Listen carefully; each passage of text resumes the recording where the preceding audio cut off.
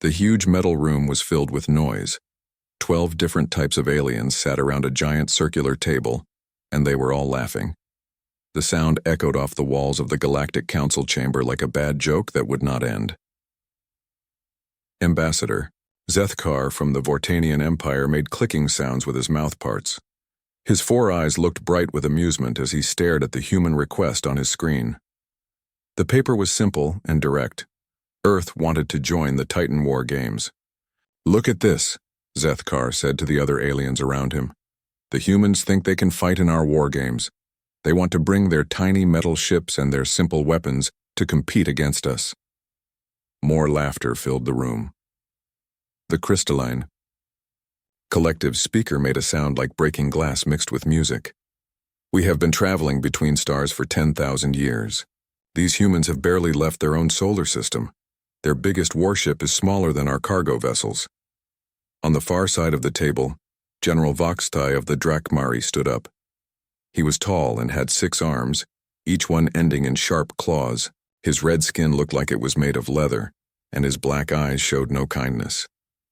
"The humans are fighters, this is true," he said in a deep voice. "But fighting and winning are different things. They use bullets and explosives. We use plasma and energy beams. They would be destroyed in minutes." Commander Kyle Harrison sat in the visitor section above the main floor. He could see everything that happened below through a thick glass wall. Next to him, Captain Lisa Brooks wrote notes on her small computer. Both humans wore dark blue uniforms with the Earth Defense Force symbol on their shoulders. Kyle's hands made fists as he listened to the aliens mock his people. His jaw was tight and his brown eyes were angry. But he did not speak. He had been ordered to watch and listen, nothing more. "This is worse than Admiral Rodriguez said it would be," Lisa whispered to him. Her blonde hair was pulled back in a tight bun, and her green eyes looked worried. "Let them laugh," Kyle said quietly. "They will not be laughing for long." The Silicate Federation's representative was a creature that looked like living rock. When it spoke, its voice sounded like stones grinding together. "The humans have been in space for less than 200 years. We have been exploring the galaxy since before their species learned to make fire. What could they possibly teach us about warfare?" More clicking and buzzing sounds came from around the table as the aliens agreed with each other. They passed around images of human ships and weapons on their screens. The pictures showed simple metal vessels with basic rocket engines and kinetic weapons that fired solid projectiles. "Look at these primitive designs," said the representative from the Aquatic Union. Its voice came through a water-filled helmet that covered its fish-like head. "They still use chemical fuel to power their ships. Our youngest children learn to build better engines in school." The insectoid hive speaker made a series of high-pitched chirps that the translation system turned into words. "The humans fight each other constantly on their home world. They have wars over resources, territory, and ideas. This shows they are not ready for civilized competition." Kyle felt his anger growing, but he forced himself to stay calm. These aliens did not understand humans at all. They saw the wars and the fighting and thought it made humans weak. They did not realize what all that conflict had taught his people. The voting began. Each alien species had to decide whether humans should be allowed to join the Titan War Games. The games happened once every 100 years, and they were the most important military competition in the galaxy. Winners got respect, trading rights, and political power. One by one, each species voted no. The Vortanians said humans were too primitive. The Crystalline Collective said they were too violent. The Drakmari said they were too inexperienced. The reasons were different, but the answer was always the same. "The vote is complete," announced the council chairman, a tall being with purple skin and 3 heads. "By unanimous decision, the species, known as humans, are denied entry to the Titan War Games. This decision is made for their own protection and for the integrity of the competition." The aliens began to leave their seats, still making jokes about the human request. Kyle heard one of them say that humans would probably try to ram their ships into their enemies like ancient warriors. Another suggested that humans might bring nuclear weapons to a plasma fight. "Come on," Kyle said to Lisa. "We need to get back to our ship." They walked through the long corridors of the space station that held the council chamber. The walls were made of a material that looked like white marble, and the ceiling was so high that Kyle could barely see it. Alien beings of all shapes and sizes moved past them, paying no attention to the two humans. Some of the aliens they passed were still talking about the vote. Kyle heard fragments of conversation as they walked. Words like primitive, dangerous, and foolish followed them down the hallway. When they reached their shuttle, a small ship designed for short trips between vessels, Kyle felt some of his anger fade. This was just the beginning. The aliens thought they knew everything about humans, but they were wrong.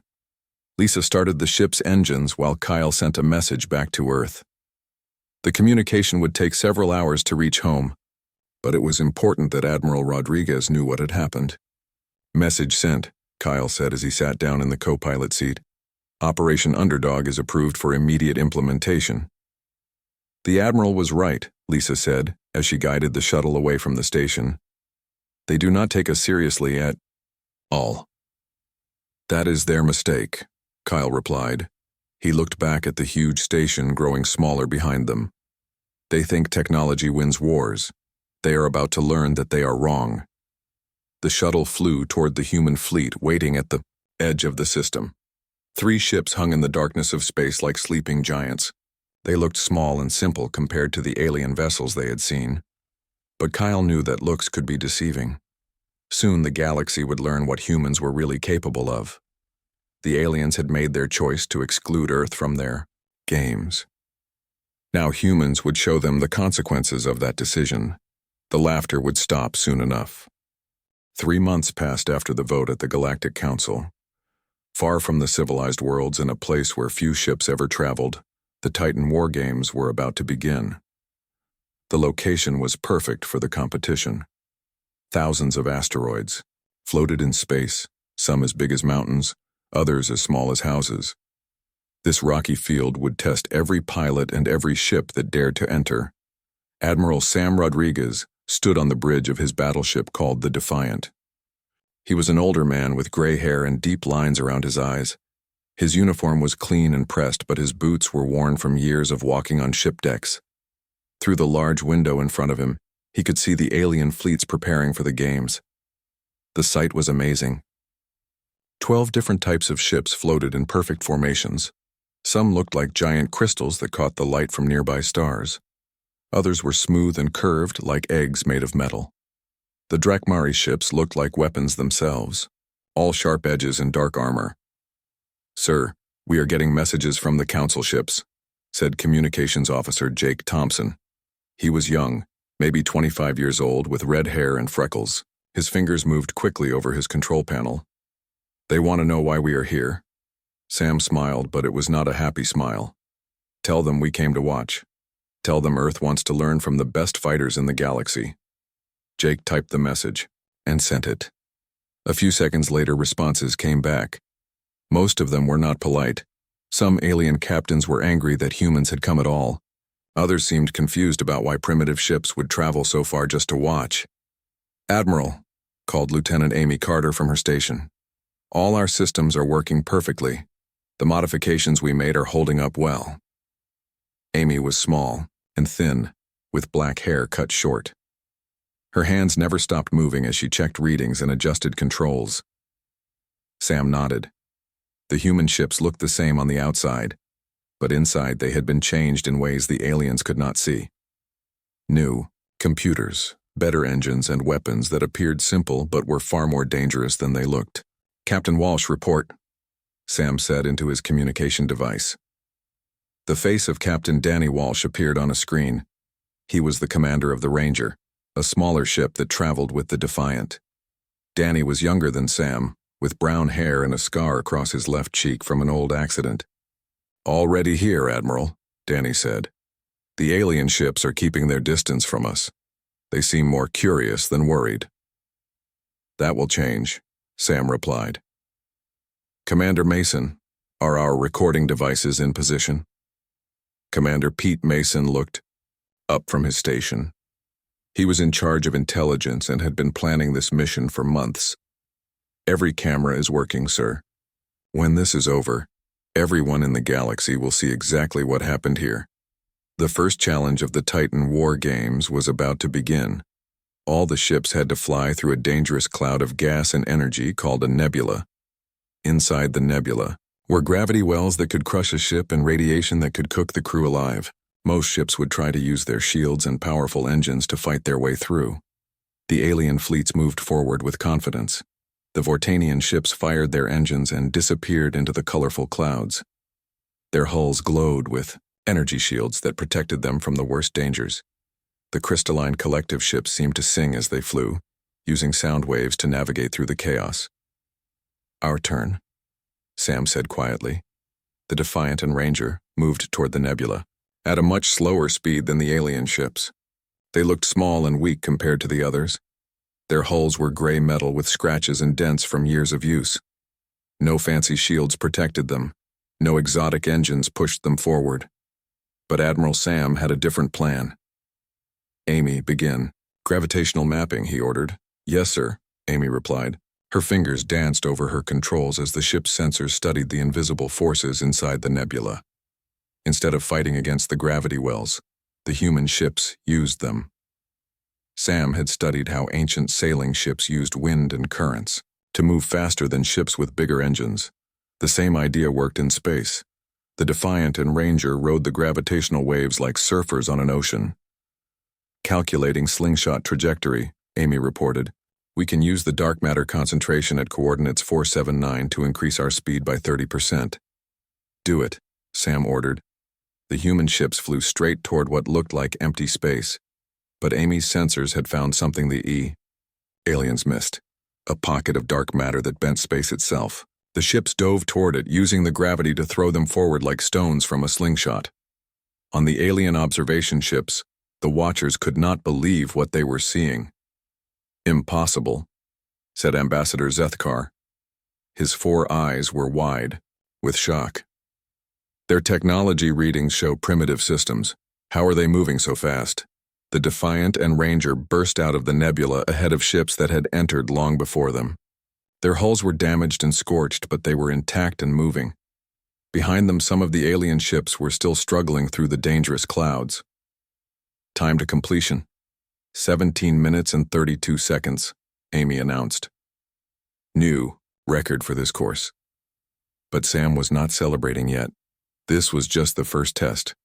The real challenge would come when the aliens realized that the primitive human ships were not as helpless as they looked. "Jake, send a message to all ships," Sam ordered. "Thank the other captains for allowing us to observe their excellent flying skills." Jake sent the message with a straight face, but several crew members smiled. The message was polite, but everyone knew what it really meant.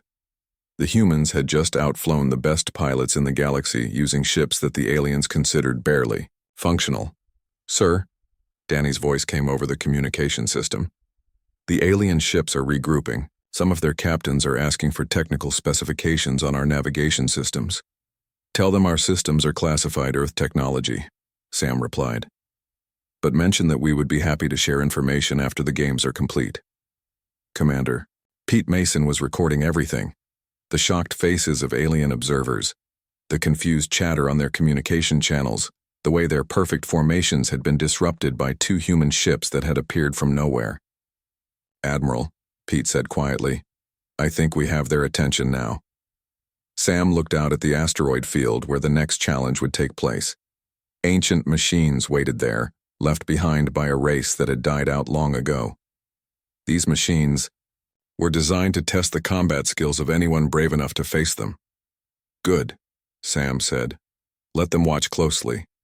They are about to learn something about humans that they will never forget." The first part of Operation Underdog was complete. The aliens were no longer laughing. Now they were confused and worried.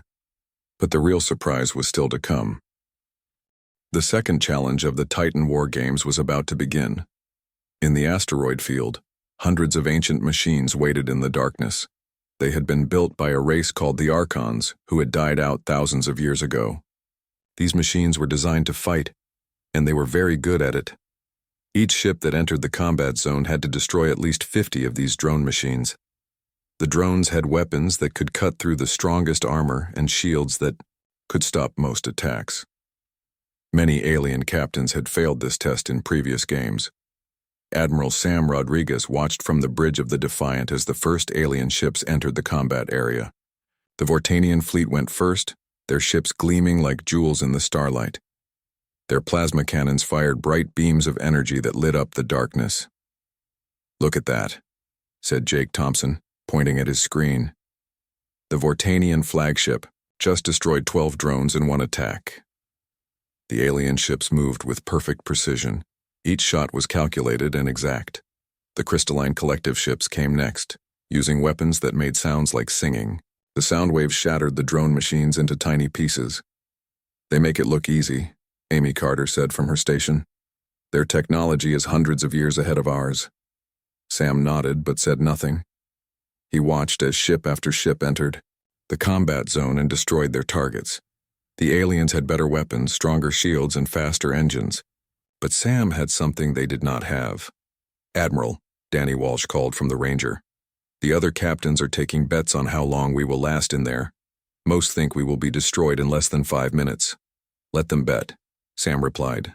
"Amy, begin recording everything. I want every detail of what happens next." The human ships moved slowly toward the combat zone. Compared to the sleek alien vessels, the Defiant and Ranger looked like old trucks next to racing cars. Their hulls were scratched and dented. Their weapons looked simple and outdated. As soon as the human ships crossed into the combat area, the ancient drones activated. Red lights appeared on dozens of machines as they powered up their weapons. The first attack came within seconds. Beams of energy shot toward the Defiant from 3 directions. Any other ship would have tried to dodge or strengthen their shields. But Sam had a different idea. "Amy, execute pattern Delta," he ordered calmly. The Defiant did not try to avoid the attack. Instead, it moved in a way that made the drone beams hit each other. The energy weapons collided and canceled out, leaving the ship undamaged. "Impossible," whispered Ambassador Zethkar from his observation ship. How did they know those beams would intersect at that exact point? More drones attacked, but the human ships seemed to dance between the energy beams. They moved like they could see the future, always in the right place at the right time. "Danny, bring your ship around to position 7, Sam called to the Ranger. "Understood, Admiral." The 2 human ships began to work together like they were parts of the same machine. When drones attacked one ship, the other would be in position to strike back. They used the asteroids as cover and the drones' own weapons against them. "Kinetic bombardment. Full spread," Sam ordered. The Defiant's main guns fired, but they did not shoot energy beams or plasma bolts. Instead, they launched simple metal projectiles at incredible speed. The drones had shields designed to stop energy weapons, but the metal slugs punched right through them. The ancient machines began to explode one after another. Their advanced defenses were useless against the primitive human weapons.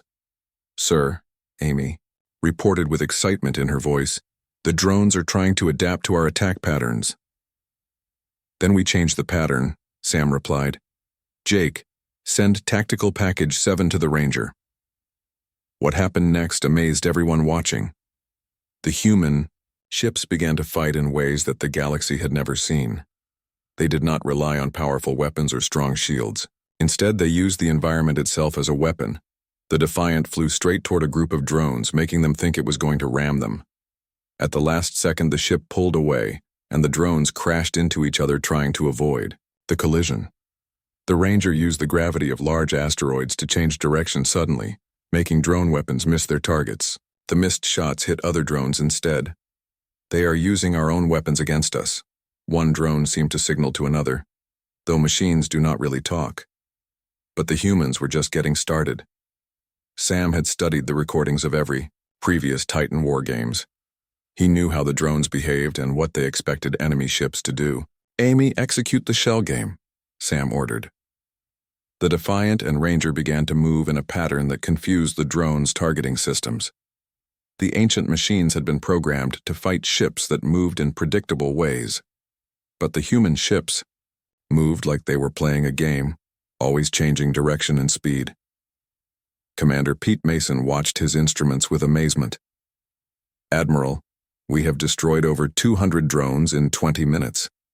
The record for a single species was 150. Keep recording," Sam replied. "The galaxy needs to see this." The alien observers could not believe what they were watching. Ships that looked primitive and weak were destroying ancient war machines that had defeated much more advanced vessels. "Their weapons are simple metal projectiles," reported the Crystalline Collective's military analyst. "But their tactics are unlike anything in our databases. They fight like they can predict the future," added a Drakmari captain. But Sam was not predicting the future. He was using something much more powerful than advanced technology. He was using thousands of years of human experience in warfare. Every battle his species had ever fought, every strategy ever developed, every trick ever used was stored in the databases of human ships. While alien races had focused on building better weapons, humans had focused on learning how to use weapons better. "Final count," Amy announced as the last drone exploded. 317 drones destroyed in 37 minutes. The combat zone fell silent. Pieces of destroyed machines floated everywhere, but the 2 human ships remained undamaged.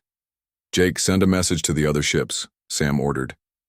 "Thank them for allowing us to demonstrate human tactical doctrine." As the message was sent, Sam looked at the alien observation ships through his window. He could imagine the shocked faces inside those vessels. The species that had laughed at humanity's request to join the games were no longer laughing. "Sir," Danny called from the Ranger, "what are your orders for the final challenge?" Sam smiled.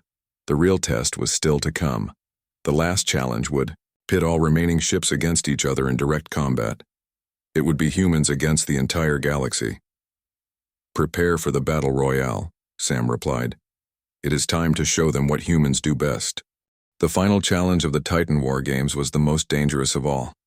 Every ship that had survived the first 2 tests would now fight each other until only one remained.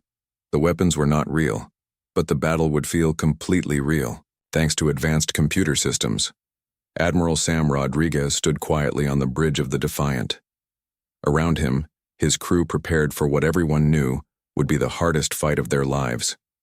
Through the main window, he could see the alien fleets moving into position. "Admiral," Commander Pete Mason reported from his station, "I am monitoring all the alien communication channels. They are forming alliances just like they always do." This was expected. In every Titan War games, the different alien species would team up against common enemies. The strongest would join with the strongest, and the weaker species would band together for protection. "The Vortanians are working with the Stellar Collective," Jake Thompson announced. "The Drakmari have joined forces with the Silicon Confederacy. The crystalline ships are talking to the Aquatic Union." Amy Carter looked up from her controls with worry in her eyes. "Sir, it looks like every single alien ship is planning to attack us first. They have all agreed to destroy the human ships before they fight each other." Sam nodded. He had expected this too. The aliens were scared now. They had seen what human ships could do, and they wanted to eliminate the threat quickly. "How many ships are we facing?" he asked. 47 alien vessels," Amy replied. "Everything from small fighters to huge battleships. Some of those ships are 3 times bigger than the Defiant. And we have 2 ships," Danny Walsh said over the communication system from the Ranger. "The odds are not exactly in our favor." Sam smiled, but his crew could not see it. "Jake, send a message to Captain Walsh. Tell him to execute Ghost Protocol immediately." "Ghost Protocol activated," Danny replied a few minutes later. Both human ships seemed to fade away from the alien sensors. Their energy signatures dropped so low that they became almost invisible. The special modifications that had been made to the ships during the past 3 months were finally being used. The alien fleet spread out across the asteroid field, searching for the human ships. Their powerful sensors swept back and forth, but they found nothing. The Defiant and Ranger had become ghosts floating in the darkness. "Sir," Amy whispered, "the Crystalline Collective flagship is moving toward Asteroid Cluster 7 Alpha." "Confirmed," came Danny's quiet voice. "The Vortanian command ship is exposing its left side. Just like we predicted, for months human intelligence officers had studied recordings of previous Titan War games.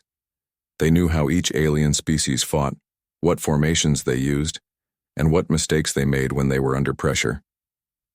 "Begin Operation Chaos," Sam ordered softly.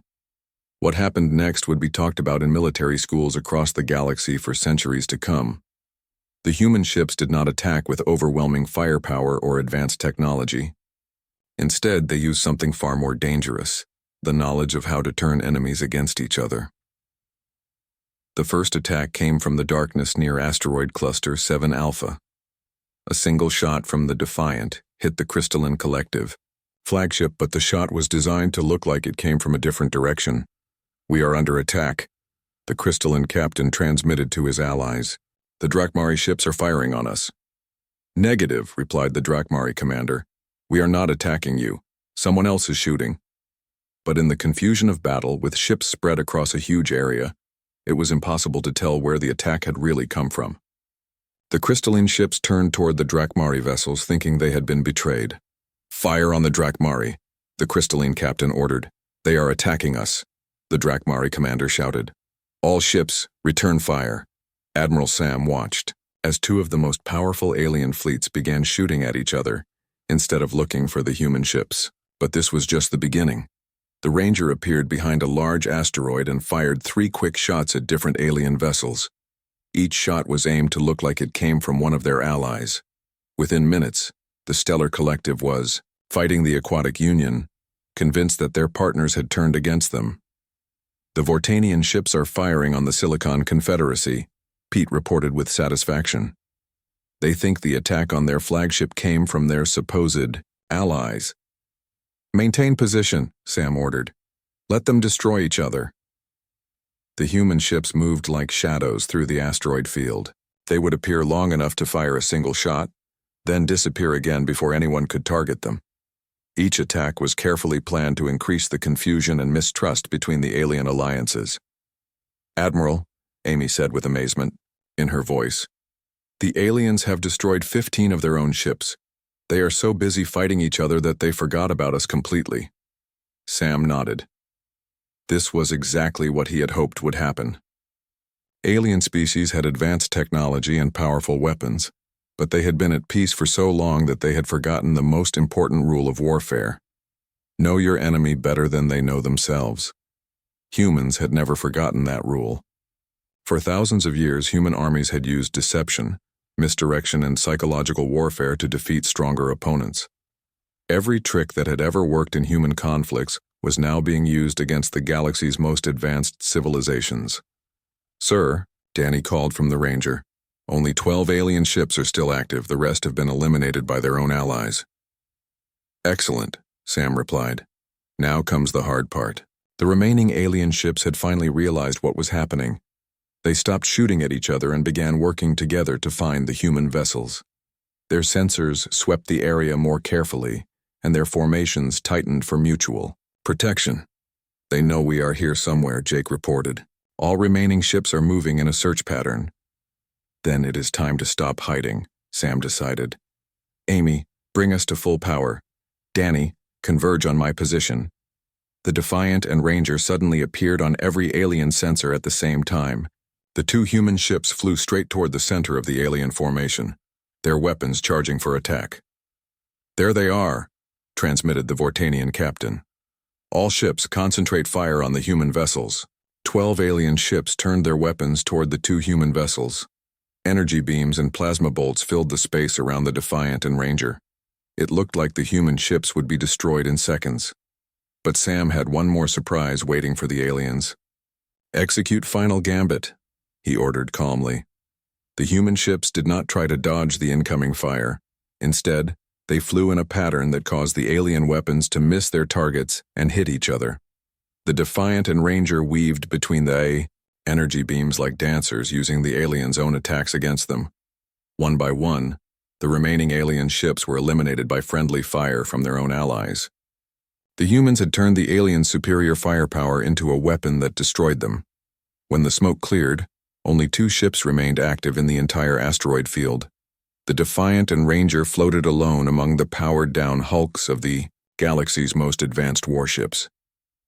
The silence that followed was complete and total. 47 alien ships had been defeated by 2 human vessels that most of the galaxy considered primitive and weak. Admiral Sam Rodriguez had just taught the entire Galaxy a lesson they would never forget. News of what happened at the Titan War game spread across the galaxy faster than light itself. Commander Pete Mason had recorded everything, and now billions of beings on thousands of worlds were watching the footage over and over again. In the two Galactic Council chambers, the same aliens who had laughed at humanity 3 months ago now sat in complete silence. The huge screens around the room showed different angles of the final battle. No one spoke as they watched 2 primitive human ships defeat the most advanced fleets in the galaxy. Ambassador Zethkar's 4 eyes stared at the screen in disbelief. His mandibles clicked nervously as he watched the human ships turn invisible and reappear like ghosts. "Play the section where they make our ships attack each other," he said in a quiet voice. The footage rolled again. It showed the moment when the Crystalline Collective and the Drakmari fleets began shooting at each other, both convinced they had been betrayed by their allies. The camera angles clearly showed the single human shot that had started the entire conflict. "Their weapons are still primitive," said the Silicon Confederacy representative. But his voice shook as he spoke. "Metal projectiles and chemical explosives. Nothing we have not seen before. But their tactics," whispered the Aquatic Union's speaker through her water-filled helmet. "They fight like they can read our minds." General Voxtai of the Drakmari stood up slowly. His 6 arms trembled slightly as he activated his datapad. "I have been studying human military history since the games ended. What I found is disturbing." The room felt even quieter as Voxtai's research appeared on the main screens. Charts and graphs showed thousands of years of human warfare. Battles, strategies, weapons, and tactics from across human history filled the displays. "The humans have been fighting wars for their entire existence," Voxtai continued. "Not just occasional conflicts like most species, but constant warfare. They have fought each other over everything: land, resources, ideas, religion, politics." A new image appeared showing something called World War II. The numbers were staggering. 60 million humans had died in a single conflict that lasted 6 years. The aliens in the chamber made sounds of shock and horror. Before that war, they fought another global conflict they called World War I, Voxtai explained. 20 million dead in 4 years. And those were just their largest wars. They have fought thousands of smaller conflicts. The Crystalline Collective's speaker made a sound like breaking glass. "Every human learns about warfare from childhood. They play games that simulate combat and strategy. Chess, poker, sports, video games. Everything they do teaches them to think like warriors." More footage appeared on the screens. This time it showed human children playing simple games. But when the aliens looked closer, they realized that every game was about defeating an opponent, about thinking ahead, about using strategy and tactics. "They do not just study war," said the Vortanian database specialist, her voice barely audible. "They live it. Every day of their lives, they practice the skills that defeated our fleets." The doors to the chamber opened, and Admiral Sam Rodriguez walked in. He wore his dress uniform, crisp and clean, with rows of medals on his chest. Behind him came Kyle Harrison and Lisa Brooks, both walking with quiet confidence. The alien representatives looked at the 3 humans like they were seeing dangerous predators for the first time. These were not the primitive beings they had mocked 3 months ago. These were members of a species that had spent 10,000 years learning how to kill each other more efficiently than anyone else in the galaxy. "Honored council members," Sam said as he stopped in front of the speaker's platform.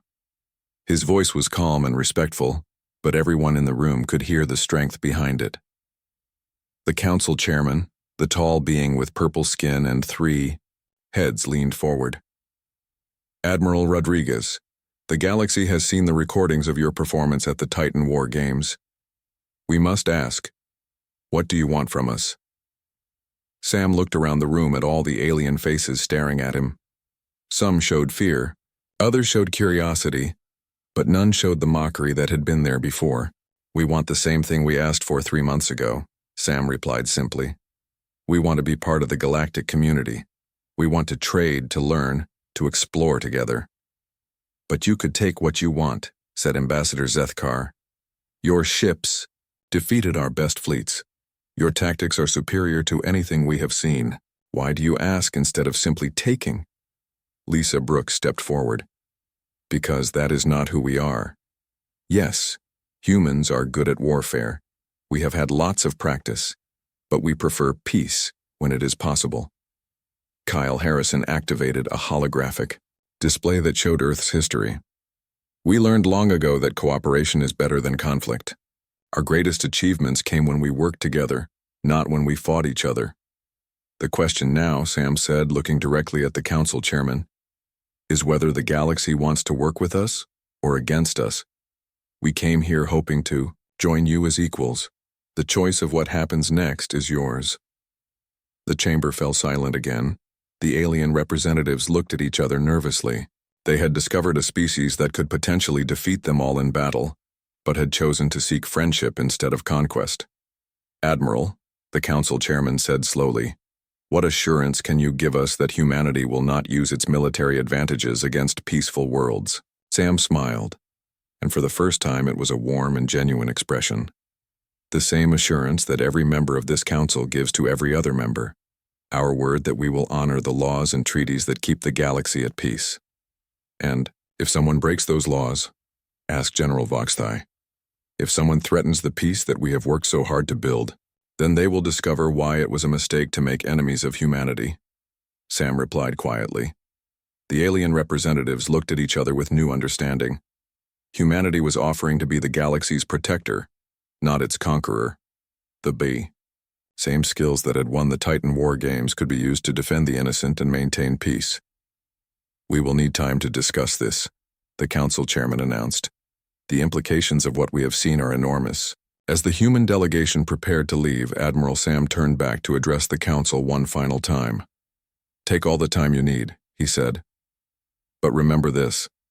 The galaxy is a dangerous place. There are threats out there that we have not yet faced. When those threats come, you will want humans standing beside you, not against you. Commander Pete Mason sent a final message back to Earth as their shuttle departed from the council station. Mission accomplished. The laughter has stopped. The real negotiations are about to begin. The galaxy would never look at humanity the same way again.